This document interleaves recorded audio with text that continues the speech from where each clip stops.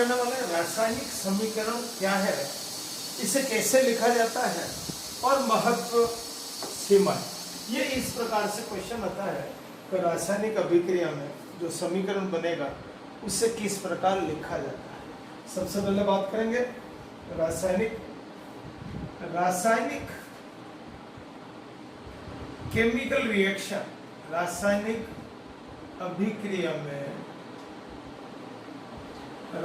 अभिक्रिया में क्रियाकारक व उत्पाद को सूत्र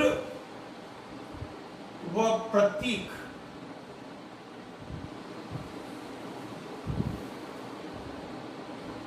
के रूप में व्यक्त करना रासायनिक समीकरण कहलाता है। रासायनिक समीकरण कहलाता है। अब हमने रासायनिक अभिक्रिया पढ़ ली, रासायनिक परिवर्तन पढ़ लिया, लेकिन इसको लिखते कैसे? अभिक्रिया के प्रकार पढ़ लिए, लेकिन इसको लिखना कैसे चाहिए, क्या तरीका है? रासायनिक समीकरण करते हैं, समझेंगे एक बार। जो हमारी रासायनिक अभिक्रिया है उसमें जो जिन पदार्थों को हम मिलाते हैं उसको कहते हैं क्रियाकारक। क्या कहते हैं? क्रियाकारक या अभिकर्मक। जैसे मैंने मैग्नीशियम को ऑक्सीजन की उपस्थिति में जलाया, ये मैग्नीशियम का कोई पिता है, ऑक्सीजन की उपस्थिति में अगर मैं जलाऊंगा तो ये बनेगा मैग्नीज ऑक्साइड। इसको हमको संतुलित भी करना होता है। क्रियाकारक जो रासायनिक क्रिया में भाग लेते हैं उसे क्रियाकारक पदार्थ कहते हैं। क्या कहते हैं? जो रासायनिक क्रिया में जो भाग लेगा उसको कहेंगे क्रियाकारक। इसको कहेंगे उत्पाद या अभिकारक।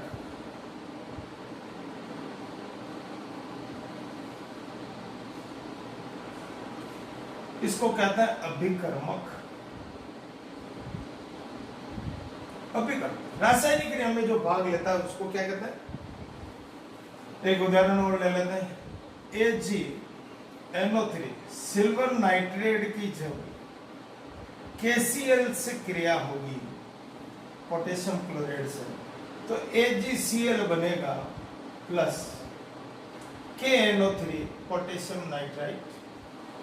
इस प्रकार से अब हमको ये समझना है कि इसको लिखना कैसे है।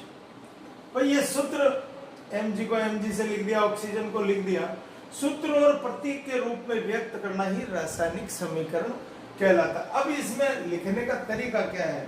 पहली बात, क्रियाकारक को LHS। सबसे पहले क्या करेंगे? क्रियाकारक को LHS में, उत्पाद को RHS। समझ में आना चाहिए। दूसरा, अपन मुख्य पॉइंट पर बात करेंगे। क्रियाकारक जो रासायनिक क्रिया में भाग ले रहे हैं लेफ्ट साइड में लिखेंगे, और जो चीज हमको प्राप्त होगी उसको राइट साइड में लिखेंगे। ये हमको पहले पॉइंट से जानकारी हुई, इस अभिक्रिया से हमको जानकारी हुई। दूसरी चीज क्या है?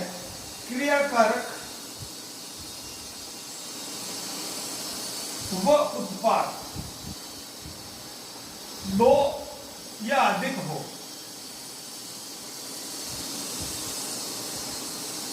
तो प्लस चिन्ह, प्लस का उपयोग, क्योंकि दोनों जुड़ रहे हैं, दोनों रिएक्ट कर रहे हैं।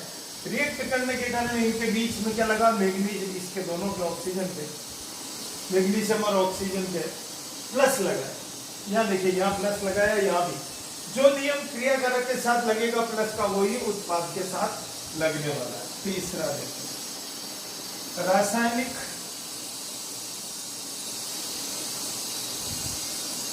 क्रिया को तीन, क्या कहते हैं? रासायनिक क्रिया को अभिक्रिया चिन्ह इसको बोलते हैं अभिक्रिया चिन्ह। ये वाला तीर का निशान चिन्ह द्वारा व्यक्त करते। ये तो हो गया मुख्य 3 पॉइंट जो हमको नजर आ रहा। फिर चौथा है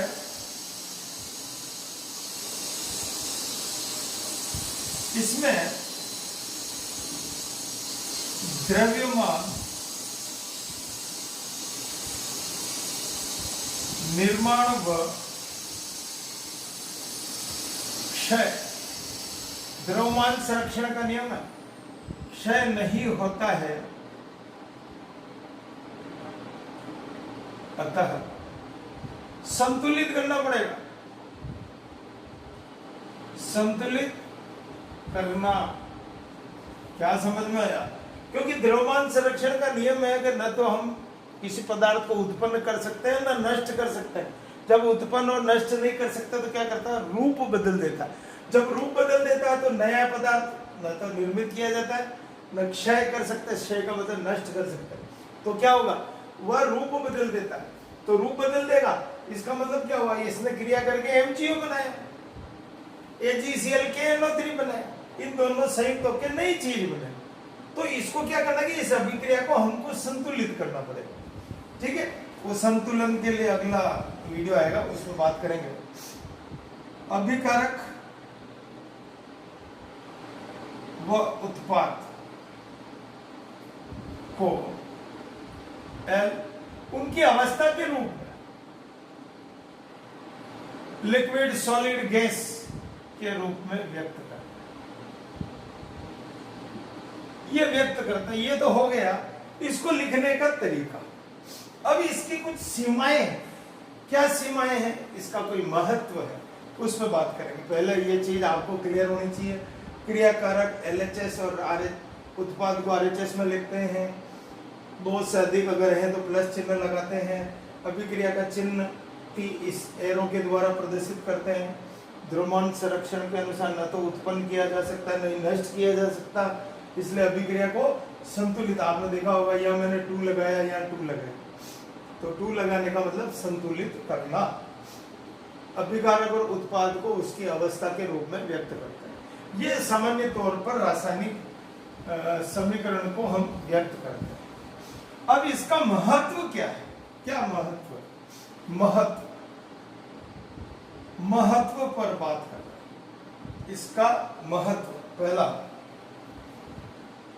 क्रियाकारक व उत्पाद के बारे में संपूर्ण जानकारी प्राप्त के बारे में संपूर्ण जानकारी, हमको क्या चीज बन रही है, कैसे बन रही है, सब जानकारी होती है। पदार्थों की भौतिक अवस्था का ज्ञान होता है।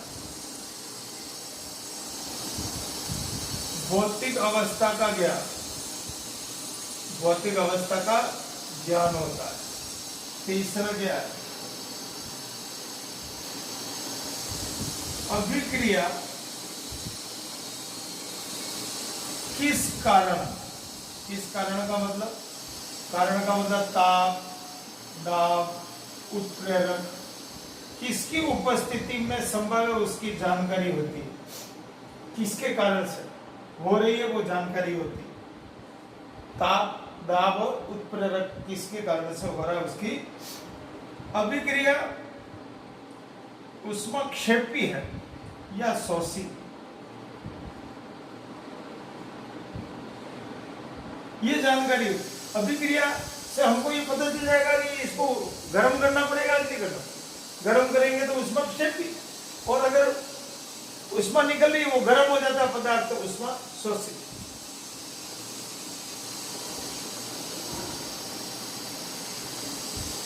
द्रव्यमान संरक्षण के नियम से अभिक्रिया में क्या होगा, पदार्थ का रूप या अवस्था बदल जाए। ये इसका महत्व। अब इसकी कुछ सीमाएं भी हैं। क्या सीमाएं, लिमिट्स है। हमको क्या जानकारी प्राप्त नहीं हुई पहले, इस अभिक्रिया में हमको अपूर्ण जानकारियां प्राप्त होती, पूरी जानकारी प्राप्त नहीं होती है। ये किस स्थिति में है, क्या है, किसके होने से क्या होगा, इसकी सांद्रता का ज्ञान नहीं होता, सांद्रता का ज्ञान नहीं होता। ये उसकी कुछ लिमिट्स है। तो रासायनिक समीकरण को हमको क्रियाकारक जो रासायनिक क्रिया में भाग लेते हैं उनको किस प्रकार लिखना है, क्या महत्व है, क्या सीमा है, इसको समझते हुए चले। बहुत बहुत धन्यवाद।